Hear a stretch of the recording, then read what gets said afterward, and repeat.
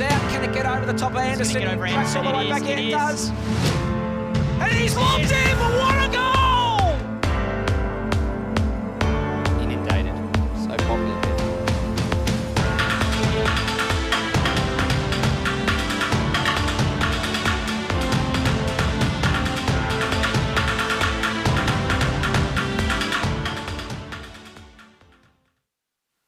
Good morning everybody and welcome to mysportlive.tv. We're here at Canley for the final day of this enthralling test between Australia and New Zealand. The score is that, current state of play is that both teams are equal. So we've had two tests and half of the third test, or 2/3 of the third test played, and the teams are locked together. So it comes down to this final round, which is a singles round, and there are 8 games of singles currently underway out here at Canley. So it will be difficult for us to bring you all of the scores because the games are spread across 8 different courts, but we will be showing you the action here on court 2, which is between Edward Wilson of Australia and Duncan Dixon of New Zealand. So with me today, this is Terry Hopkins, and with me today is Marty Clark, the high performance manager of the Australian team. And good morning to you, Marty. How are you going? Good morning. Morning, Terry. How are you feeling at the moment about the progress of the team? I mean, of course we'd rather be up than even, but I think the team have performed fairly well. You'd have to be reasonably happy. Oh, very happy. Yes, we'd rather be up, but we certainly don't want to be behind, so we'll take even at the moment, as long as we're up later. Exactly. So it's these final 8 singles matches that'll tell. So here we are at court 2. Edward's just playing in his red into position. Duncan's playing blue and black, Edward playing red and yellow, so Duncan of course winning the toss. So Edward's put his red in front of Duncan's blue ball to block his shot on the hoop, and Duncan will now clear the yellow as far as he can, probably cutting his black to the boundary, I'd expect. Yeah, just looking around the courts, once again, I'm not taking any of our team to the casino because it looks like we've been losing the toss most of the time. It's been a consistent theme throughout the thing, but so far it's held us in good stead playing red and yellow most of the time. So Edward now with a big clearance on black, with a very nice shot, about a 6-yarder, and he's hit that nicely right up the court. So nice little cut on that ball. So Duncan's, I think he's slightly blocked here, so he'll maybe do a soft clearance, or he may trust that he'll hit with his black, but he's a fair way out. So. With the black, so I think he might be having a shot. That'd be blue, sorry, Terry. Yeah.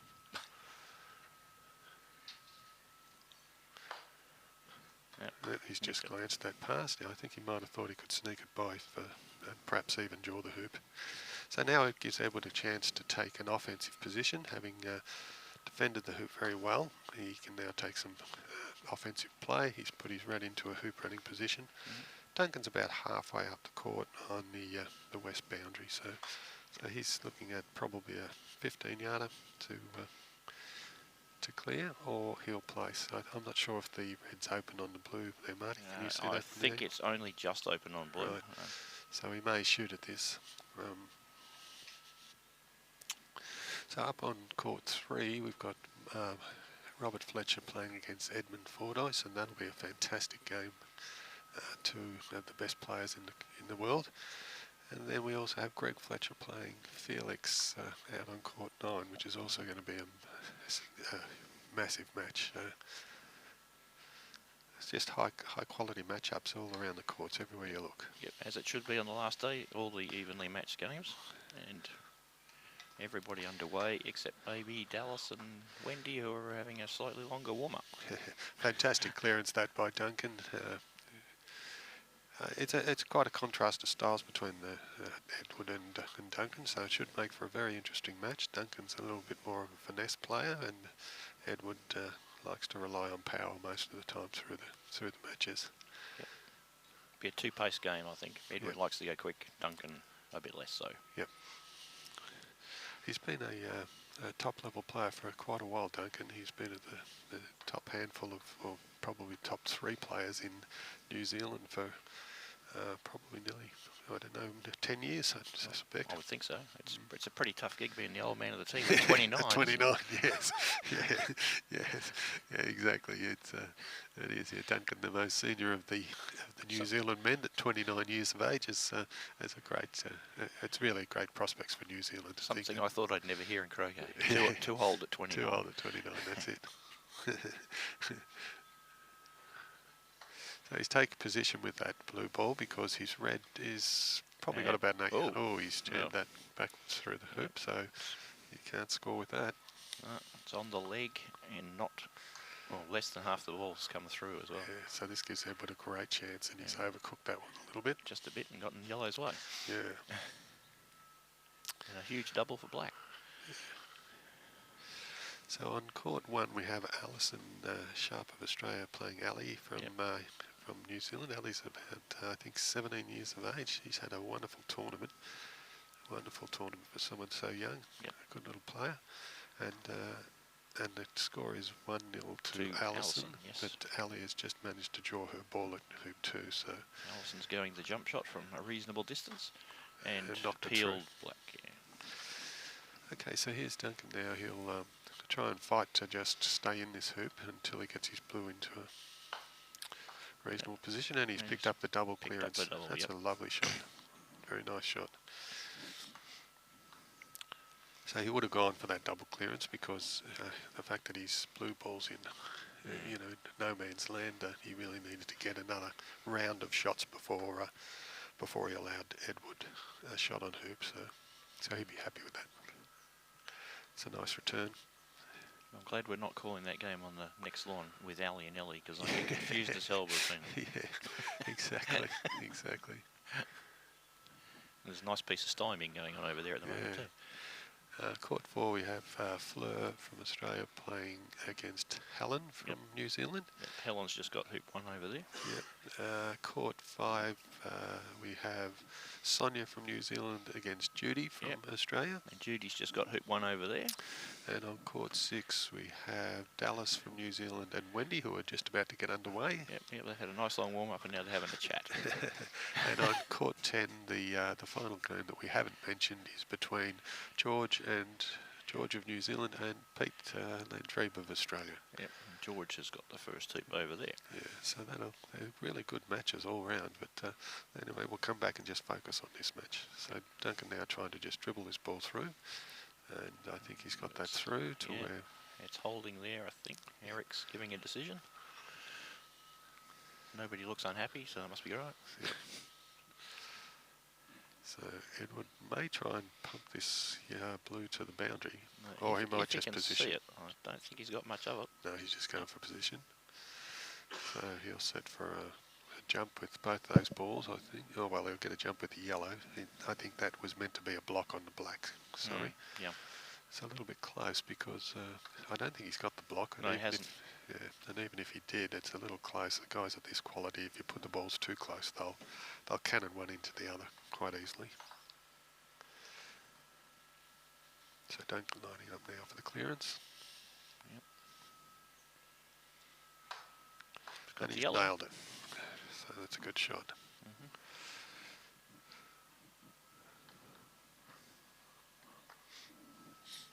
So Edward just allowing Duncan to place the ball back in. Not quite sure where it went out, so the right way to do it is, if you're not sure, ask your opponent and let them place the ball.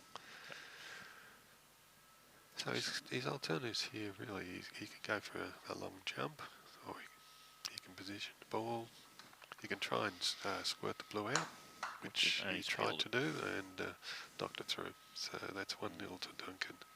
A bit unfortunate, but always a dangerous shot if the ball's close to the jaw to try and squirt it off the leg. So what Edward was trying to do there was finally cut that into the leg of the hoop, hoping that then the blue would bounce out. Maybe Eric's decision was that blue wasn't through earlier. Yeah, sorry, we've misread that. Yeah, Eric's decision was the blue hadn't come through far enough, so Edward just did simple clearance. Oh, So we're on top of it today, Marty. We haven't we got are. one thing right so far. Well, it's I fairly haven't standard. anyway. Just take a little while to warm up. If we knew what we'd be doing, we'd be Yeah, playing, that's not right. talking. Exactly right. Yeah, that's right. If we were Oh, a bit great better, shot. that's a good shot. He's cleared that through the hoop. Yeah, if we knew more about what we're doing, we'd be out there playing. So that's a lovely shot by Duncan. A nice confidence builder too early in the morning to be able to hit one that straight to run the hoop and get the clearance off that. We should put a shout out to Malcolm Fraser. Your excavator's Malcolm Fletcher. Your excavator's moving over there. Yeah. All 20 tons of it. Yeah.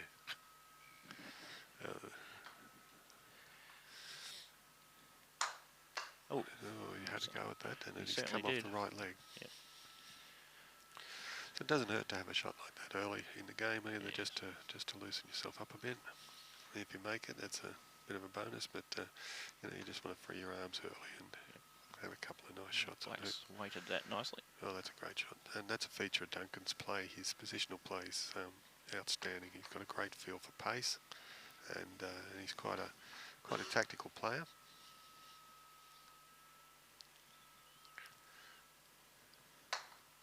And that's a miss. Missed that. He's still got another chance to clear it with Red. Red's over near hoop 4, just south of hoop 4. So probably he's 14 yarder, and I'd expect once he's had a sidle like that, he's probably high chance of hitting the 14 yarder coming back. Yep. So Duncan will probably go for a block here with the blue. Yep, he's just waiting to see where yellow actually crossed the line. And up on court 3, Robbie Fletcher's just got hoop 1.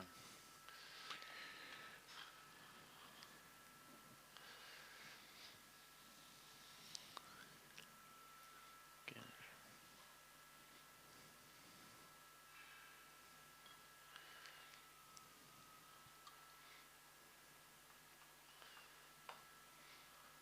Coming in. So he's coming in as close as he can. I think he's overhit that. I think he was really trying to get a block on red to the black. So if he had to put it right beside black, it would have given him the block. You can see now where Edward's ball is. So it's dead on 14 yards, and he's nailed it right in the middle. It's a great shot. It's a little unfortunate the red jumped up in the air, because I think it would have taken the blue with it had it stayed on the ground. And the position of blue is now quite interesting with the line of the shot that yellow's got. That's quite a little backboard there for an in-off. Nice in-off, yeah. And if Edward judges it as a possible in-off, I'm absolutely certain he'll take it. So again, Duncan will come in on a block. You can see the line there. So he needs to get it just a little bit past blue to get the block on the yellow. It's a bit short. It's just a touch short. So here's a chance for Edward to take the hoop. So he'll go for this, because you won't get too many chances. And as soon as he's second across, he's trying to steal this hoop. So now that he's got this opportunity to steal, you can guarantee that he'll try and steal. Ed never leaves not knowing what's going to happen. Well, he's had it go straight at the hoop, and it's hit the right leg. So he's had a couple just missed to the right. So he'll just need to make a slight adjustment for that. And Duncan checking with the sandy soil here at Canley, the hoops loosen up once they've been thumped a couple of times, like from Edward's shots. They do loosen up. They actually lift a little bit up out of the ground. So when people say they loosen, the hole doesn't get bigger. It's just that when they're hit a few times, they sort of lift a bit out of the ground, and that loosens them up. So Eric here, the referee, will just tap that down. A fair way, by the look of it. He'll bury that into the ground. and now Duncan may not be able to get his ball through, because there's not enough room under that crossbar. Normally we'd tap the hoop pretty gently, because you don't really want the carrots to be an inch under the ground. But, anyway, Eric's inspired by all the big hitting of the young players. Yes, Eric's lost his finesse. He's going for the big shots now. Great shot by Duncan. Run that right to the hoop 2, so that he can crowd hoop 2 and make it difficult for Edward to put a 100% scoring ball in. A little bit of progress on the outlying courts here. We've got Allison's gone 2-1 up. Good, eh? And Pete's gone 2-1 up, and he's got the ball sitting in front of hoop 4 as well. Oh, that's and nothing else in sight. Fantastic. So for those who may be New Zealanders who are listening, we'll try and keep the bias out of our voice, but it's very, very difficult on the last day when it's this exciting for us to stay completely objective. So I hope you'll forgive us if we sound a little bit biased. I'm sure we can find us some good news. Helen is 2-0 up on that game on court 4. Court 4 against Flirt. It's a nice shot coming down from Black. That's here. curling in beautifully. Curling that's in. a nice draw to the jack, that one. It came in quite a bit right to left. So Duncan will be putting that one in the memory banks, and you can guarantee that next time he goes up to hoop 2, he'll be just starting it just outside the right leg with the way that one moved.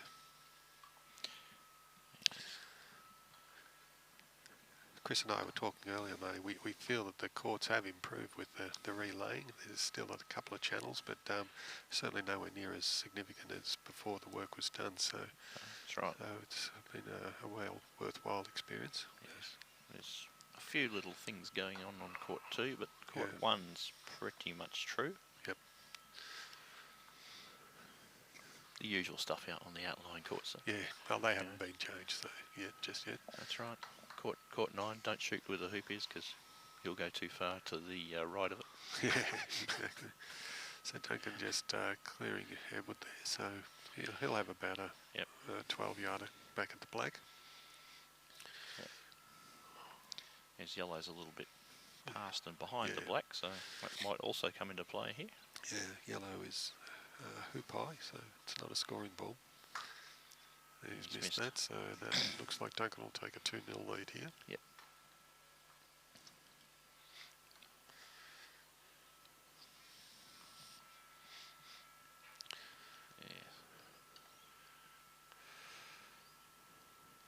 See Lester up there in the distance taking. Yeah, he's doing some filming.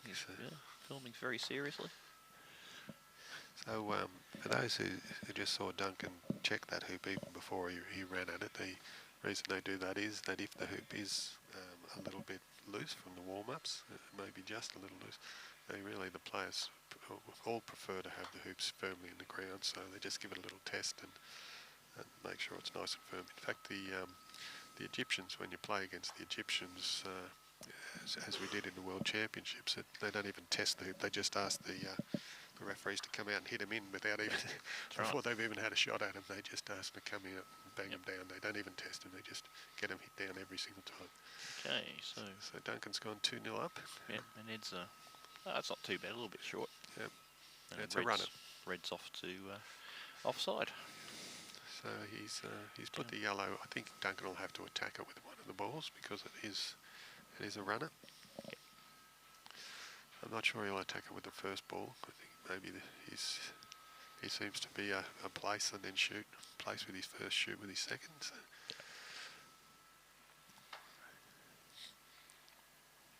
Yeah, that seems to be what he's going to be doing. Yep, definitely. So Robert's just run the second hoop up on court 3, Robert and Edmund, which puts Robert 2-0 up. Robert Fletcher of Australia, 2-0 up against Edmund. Yeah, Pete got that 4th hoop over on that lawn, so he's 3-1 up there. Red's coming in a little bit heavy. Yeah. It does run away a little bit up in that corner as well. Yeah.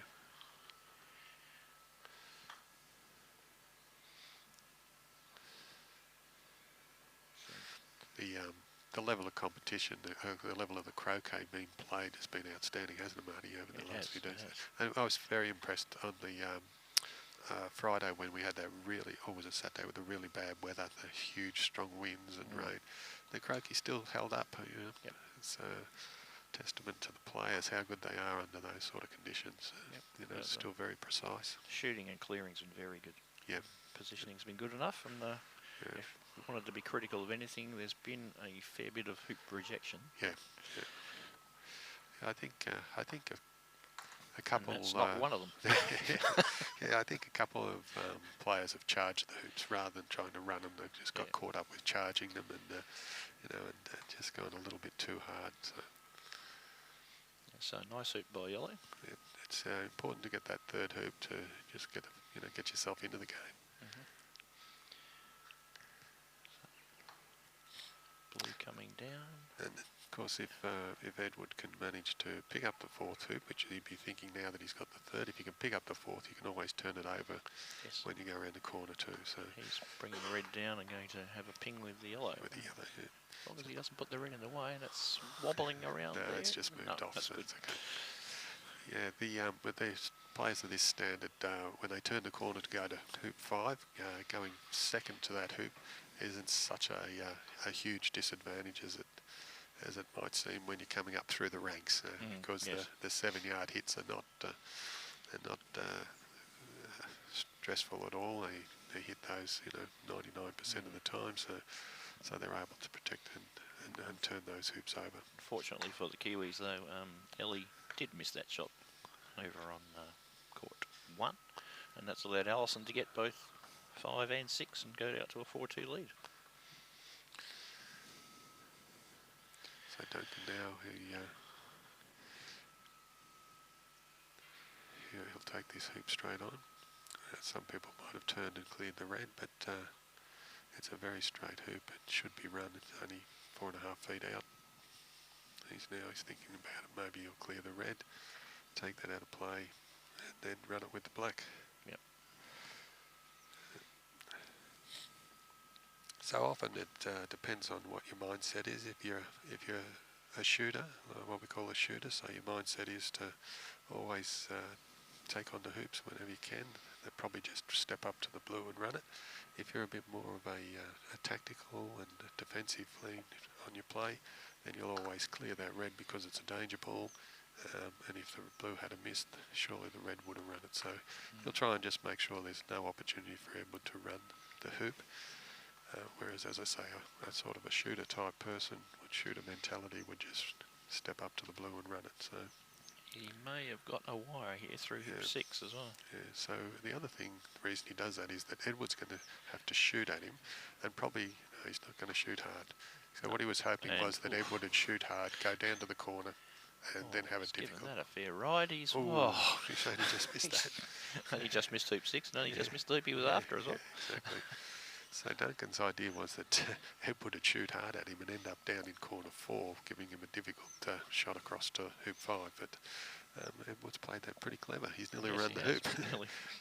Nearly run the hoop, but he's also left the red ball not too far past 4, so not a long shot into hoop 5.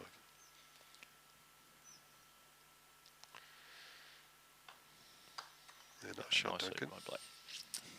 So it's 3-1 to New Zealand. So Duncan playing very solid at the moment.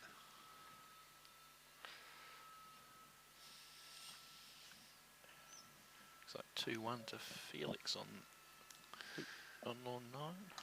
Yep. Okay, yellow's coming in. That's quite. No, it's a tiny bit long. Yeah, he's overcooked it. Yep. So it's very slick going across there. We noticed Chris and I were talking about it yesterday. It's one part of the court that looks to be a little bit quicker than the rest of the court. He's just coming across to hoop 5. It just seems to pick up pace there. Yes. A little bit like when they go to hoop 1, there's a little ridge, and if you just get past, just over the top of that ridge with too much on your ball, it'll really run almost to the boundary. It's a little bit the same here at 5. There might be still a little bit of ridge there that they pick up pace on. So that blue could run on. Perfect. That's pretty good. So it's just around the hoop. And you can see the grasses are a lot browner just around the hoop, which suggests that maybe not as much grass, which is why it's quick around the hoop. Yes, you can clearly see the old hoop placement there. Yeah. So we were practicing here, the Australian team, last week, and we were using different hoops, so that there was... different hoop placements, so we didn't get any rabbit runs and the like. That's right. And both teams practiced on Thursday.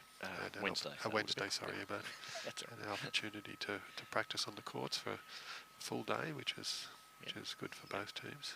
And excellent work by the people setting the hoops who were working around us and moving the hoops. Kevin Beard and Jim Clement. Did a wonderful job getting all the hoops set up. And I understand they were putting a few hoops in by torchlight, Yeah. which is dedication to the cause. Indeed. I don't know how they read the measures, but better by torchlight than by candlelight, I guess. Maybe there's a market for a fluorescent measuring. Yeah, that's right.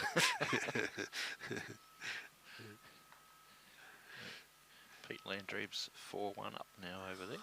It's a good start by Pete. He's been starting really solid of all of the Australians. I think he's probably been the best Shot by starter. Robert up there on. Yeah, Robert's just cleared the ball in front of hoop 5 from quarter 4.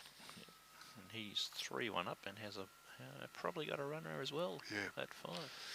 So Duncan took a bit of time there because he wasn't sure whether to clear or to come into position because Edward doesn't really have a runner in place.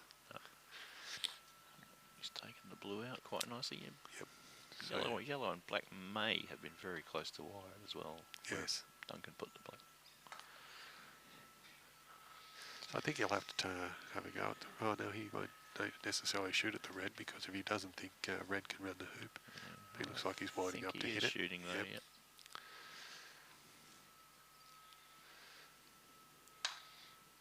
He's missed that. Yep. Just a little bit to the left. Yeah, so Edward's going to play safe and remove the black. Yeah, I think get some control up the middle and see if we can get this 3-1 back to 3-3. Yeah, so he'd ideally like to run this hoop from, in the jaws. Oh, of course. If not in the jaws. Marty being the expert of running the... Do like jawsing. Jawsing, yeah. If ever, for those of you who have never played The against ex-AC Marty, player. you got to sharpen up your jump shots before you play against Marty. I think our last game I had about 4 jump shots. Yeah, peeled me through 2 hoops. Yeah, on top still, of that, still managed to beat me for 5-0 down. I don't know how I lost that. Yeah, that is true. But anyway, it's a great advantage if on the odd numbered hoops if you can get them in the jaws. And I think it was on this court last night that somebody ran hoop 5 and 6 from the peel position. It was Duncan. No, it was on court to 1 actually. Duncan last night in the doubles. He had a jawed ball at hoop 5 and he hit it up and it went around the peg and came back in and went through hoop 6. So it's always good if you can go around the peg. yeah, it did. It went right around the peg and came back in and ran the hoop. So there was a little bit of wind blowing it. Yeah, there is a bit of action out of the sprinkler holes, and a lot of the sprinkler holes are very close to the peg. Close to the peg, yeah. So there's all sorts of things that can move the ball, and that's the same as when you hit clearance shots. Sometimes they look like they're going to hit for 3/4 of the journey and then suddenly move off. Often that's either is that just yellow a tuft one just of grass drifting off on that little drifted left. bit there. Yeah. So I think that's a downhill, a little bit of a down slope, and that's where they pick up a bit of pace. Oh, nice shot over on Lawn 1. Nice clearance. Well, it ended up a clearance, but for a while there it looked like she was shooting at all the balls and going to run the hoop. Yeah, Wendy ran one last night, hoop 8 from basically the boundary behind hoop 7. Yes. Yeah, that was a lovely shot. And she was lucky enough to have told people she was going for the hoop too, so that she had witnesses that she was really meaning it. Well, you call it, you got to do it. Yeah, you put the pressure on, don't you? Blue's coming in and not getting up that little bit soft, area so, there. So I think red may clear black. Yeah, I think Edward's happy that he's going to be able to jaw with the yellow, I think. Yep. I think what he was checking there was not only can he jaw it, but does he think the blue's far enough up that he won't be able to get it out? That's because right. if Duncan could sense this to jaw it if blue's on the other side of the hoop and can clear it.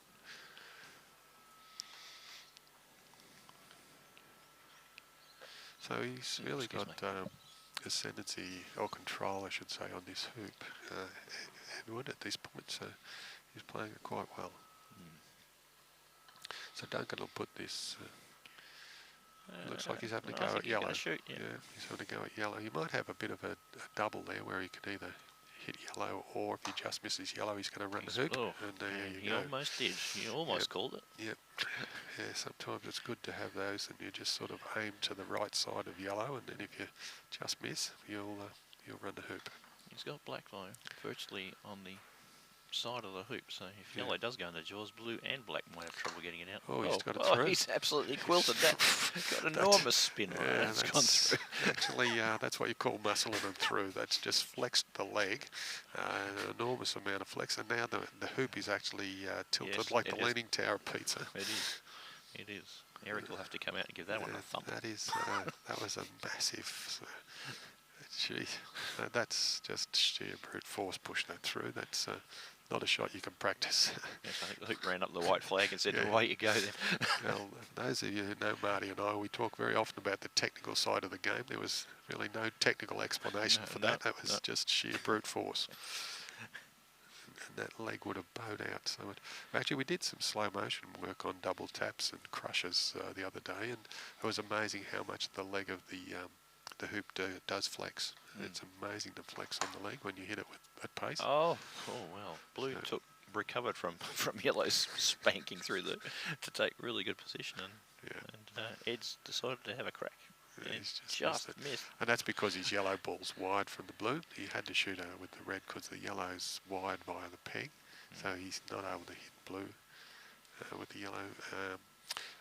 And that, you might say, well, he could still have a go at the hoop, but I don't think Duncan will allow him to do that. I think Duncan will either block.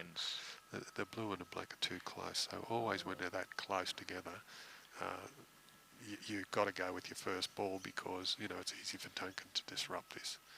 Well, yellow may have a little bit of blue. Duncan is looking like he's going to stymie behind yellow. So he's just come in behind. Beautiful shot. So that's what can happen to you. So you can't rely on the opponent just playing his second ball up like you do when you're just knocking around socially. These guys are confident they're going to only need one ball up there to make the hoop. So they do everything they can to stop you getting. Should give a shout out to Chris McWhirter, who was doing commentary yesterday. He's down there on the boundary side, possibly listening into us right now. So no, you think he's I think he's doing a commentary, is he? He could be doing a commentary. Either that or he's writing a critical. He's probably sending you analysis a nasty message. Of me saying, So get off and let the professional bag on. Yeah, that's right. I hope it's been helpful for everybody out there listening that we've been providing this commentary. I think it was a great initiative by the ACA and the VCA to get together and pull this opportunity in for us. Yes, and a big thank you to all the people who've stepped up to do commentary. Yeah, absolutely. Especially the double Gs. Yeah, the double Gs have done a wonderful job. Excellent. I understand they've got a cult following now, the double Gs. They have.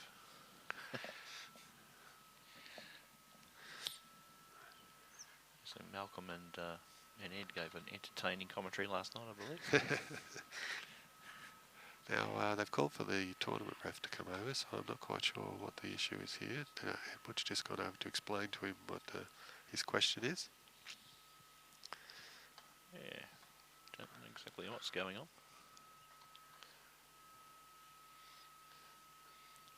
A lot of people standing around and hand waving going on.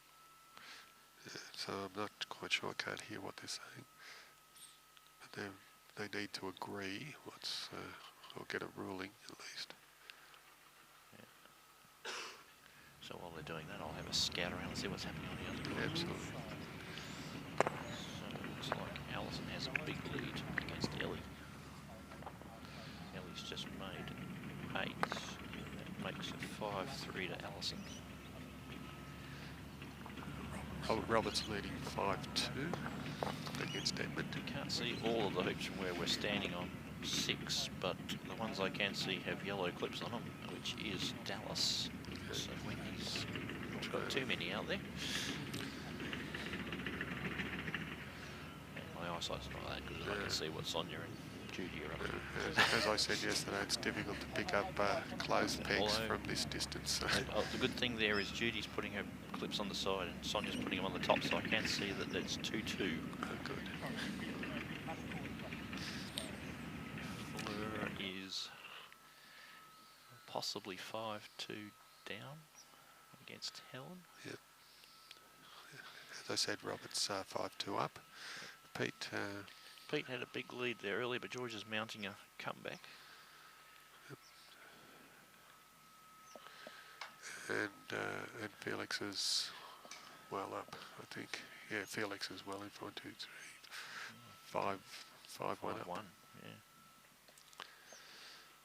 So I think Felix is trying to make a statement.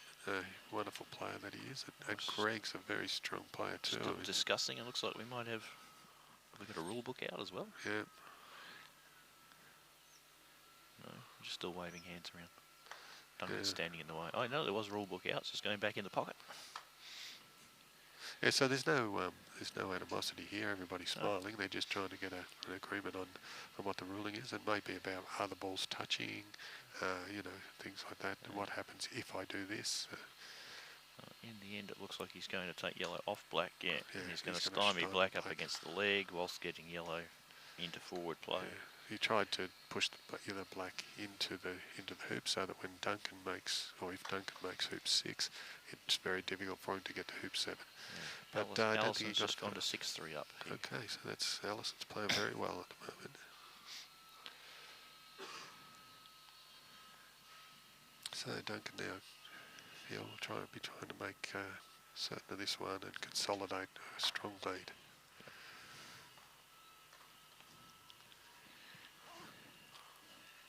Saying this morning that I was happy that we were starting at 9 o'clock today because So most days we've been starting at 9 o'clock and we've been starting at 8:30. Yeah, Duncan just asking Eric to stand still. The fluoro shirts can catch your eye out. You know, when you're in the peripheral vision, they can just catch your eye.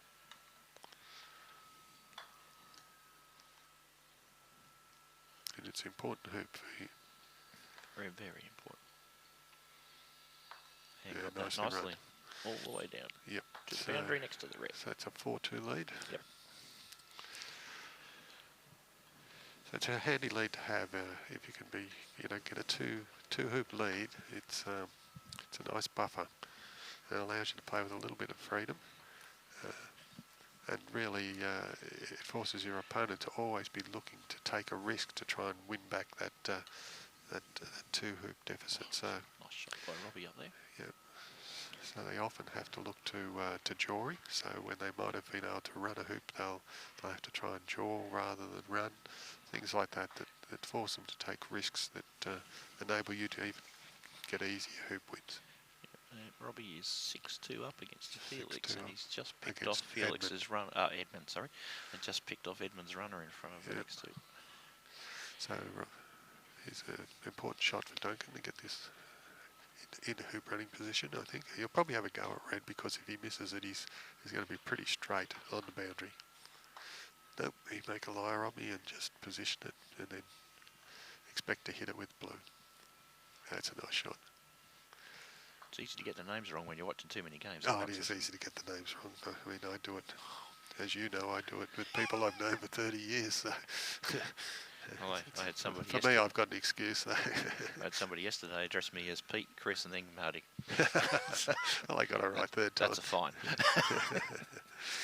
I can tell you, my grandmother, she had 9 grandchildren, and she used to go through often all 9 names before she got yours. Yeah.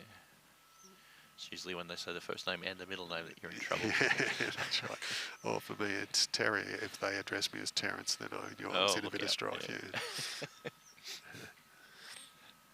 So Duncan now with his blue ball will be trying to clear red. If he's got a shot on it, I don't think I you can think see he's that. blocked. The yellow is in the way, I believe. Yeah. So he does. His black ball is directly behind red, which will make it hard for Edward with his casting style. So he might just move the yellow. He has, and he's got him played both. yellow into red. That's a great brilliant shot. Yep. So he's cannoned the yellow into red. That's a great takeout. That takes a lot of skill to be able to firstly read the angle that you've got to hit the yellow ball at, but then secondly to hit it in the right spot. So that's an easy clearance for Edward. Thought he'd thrown his mallet on the ground and discussed there for a second, but it was actually Robbie's mallet on the next lawn line behind him. Yeah, Robert, you can see, if you were able to see him, he's just intensely concentrating. There's no distractions. He just lets nothing in. He's, if you get a chance to watch Robert play, that's one of the main features of his play. He just does not get distracted, and he does not show any emotion. His demeanour on the court is consistent.